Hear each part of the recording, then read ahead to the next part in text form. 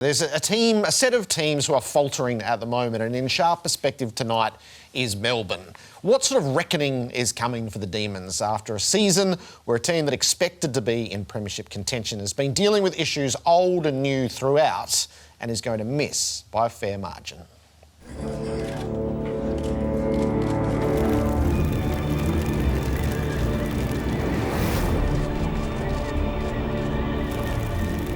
I think everyone sits here uncomfortable with where you sit as a footy team. But one thing there is common within footy clubs is the want to get better. And we don't want to be missing finals. We want to be a team that's contending. And the evidence is suggesting we've got work to do.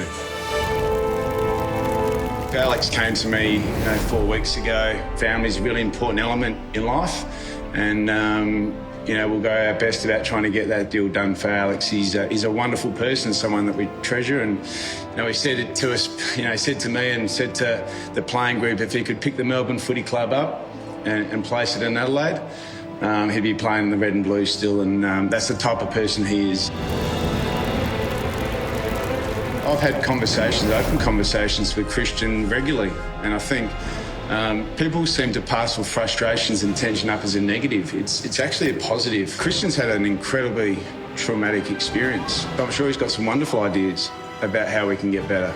And we'll lean into all those suggestions. But the first priority for us is to get Christian really happy, healthy. I know one thing that we're all aligned in, and that is getting better.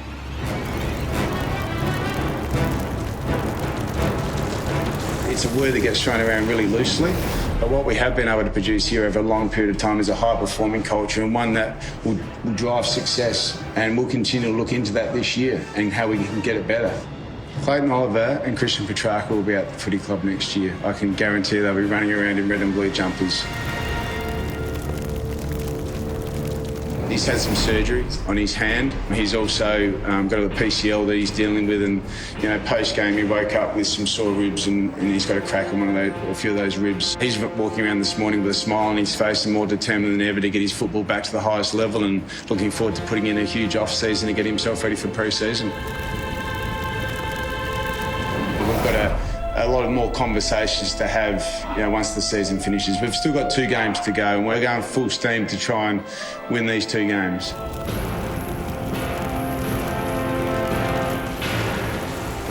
It's been a lot at Melbourne. It's been a lot for a few years now. Unrest has been a constant running mate, and you wonder what change will look like in the off-season. So a piece at a time here first. Yes, buddy. And that's Alex Neal-Bullen, who, for family reasons, this is when life gets in the way of football, he's going to go back to South Australia. And he's one of those, in a way, a lot of what Melbourne has lost has been their depth. And he's a 28-year-old in his prime. He's a constant in their team. He's at 174 games. That's a nasty little piece. Not your top-end piece, not your gilt-edged stars, but having lost, what did they lose? Jordan and Harms and then Grundy, and now you add Neal-Bullen. Is they're trying to blood youngsters, but it's that core in the middle. When that gets chipped away at, it has an effect, and I reckon they felt that all year. Yeah, I think he's better than a role player, Alex Neal-Bullen. He's just an ultra-professional, and he went to the club 4 weeks ago, evidently, and he wants to go home. The timing couldn't have been any worse. That the story was broken today, that he wants to go back. You forgot Angus Brayshaw in that group as well. He was in the star bracket though. Yeah, he was. This guy was close to it. I mean, he's a far better player. No disrespect to the others like Harms and these guys. He's a very, very good player. You want him in your team. You want him on the field. He's going to be a good pickup. If it is the Crows who get him, he's going to be a good pickup. Yeah, and he is leaving. So I don't know what he's worth. Late first, early second. What is he, 27? Might be part of a trade. Melbourne have got to get some players into the system.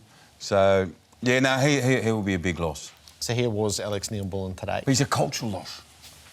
Yeah, it was a tough conversation to have when I did tell them, but to tell the broader group, I don't know, I feel a bit more, I get to enjoy these next 2 weeks with the whole football club.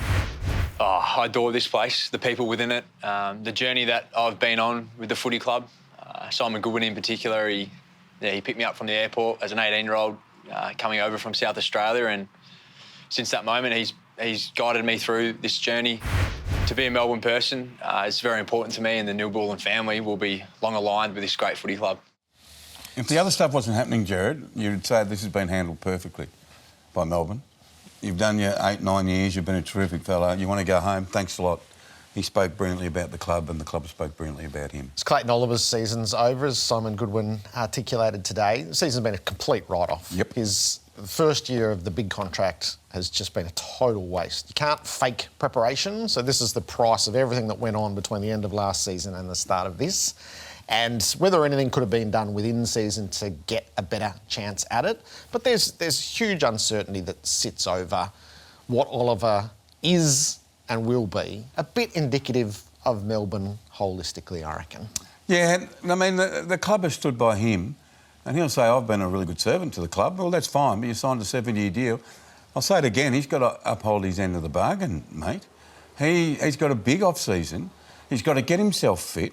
He's got to get that real hunger back that we know that Clayton Oliver had as a player and what made him one of the elite midfielders in the competition.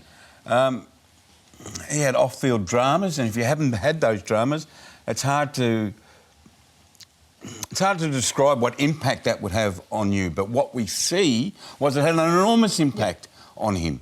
So they say he's in a good headspace, so he's got to go away and prove to himself and prove to the club that he once again can become an elite player. But that's just another question mark. Quite rightly, there's another question mark. He has to get himself right, and that question mark will never go away until he can get himself fit. Yeah, yep. And that's life playing a role in football there as well. As I know you spoke at length about the Petrarca scenario last night. There's no hindsight in this. Melbourne tried to pretend everything that was okay in the immediate aftermath, and we knew that it wasn't. And that's how it's played out. There's a lot of healing for Christian to go through, and that's not just the physical side of things, which I know you spoke with him last week. We did that on the gave show. A really graphic depiction of what It he's did. going through, and I don't think that was adequately acknowledged in the days after all of this had happened. But that plays into the overall as I remember coming into the season thinking there are two possibilities for Melbourne. Either they galvanise and they soar and they bind together, us against the world, and they become their top 4 team, or they collapse and they go to 12th. And they have collapsed. Simon Goodwin's words coming into the season were, we won't be able to tell you, all we'll be able to do is show you. Or we're entitled to judge what's happened this year. I reckon they, rather than confronting a lot of what swirled within their club, it doesn't matter what we think on the outside, is what does it look like in the locker room? I reckon they kicked the can down the road trying to stay in contention, and they're not in contention anymore. So there's a reckoning coming. And that, I do think that's a club-wide reckoning, that they have to get back to what are the things that we haven't adequately confronted that are holding us back? And then you spoke about they're in transition. They didn't intend to be in transition. No. The game. They intended to be contending. Yeah, but if I was coaching Melbourne, I would have thought I was contending as well. They went premiership, finals, consecutive losses. I thought going into the finals 4 weeks out last year, they were the best team in it. So they get in the finals and go bang, bang, they're out. They say, right. If they kick straight, they would have probably made a grand final. And everyone would have thought, geez, that's a pretty good effort. So we had the dramas off-field. We had, Joel Smith, we had Clayton Oliver. They had a wretched year. Brayshaw goes on the eve of the season. They've had injuries all year to key personnel. And the game style, the game's changed really quickly. You look at Hawthorn, the way they move the ball and they attack through everything. Melbourne had been a little bit reluctant. They went back to their defensive nature of the game. Remember they said they're going to change the way they played? And they did. I think you mentioned it during the year. Now they've gone back to another mode. Yeah. They went back. So they went into survival mode of what they know.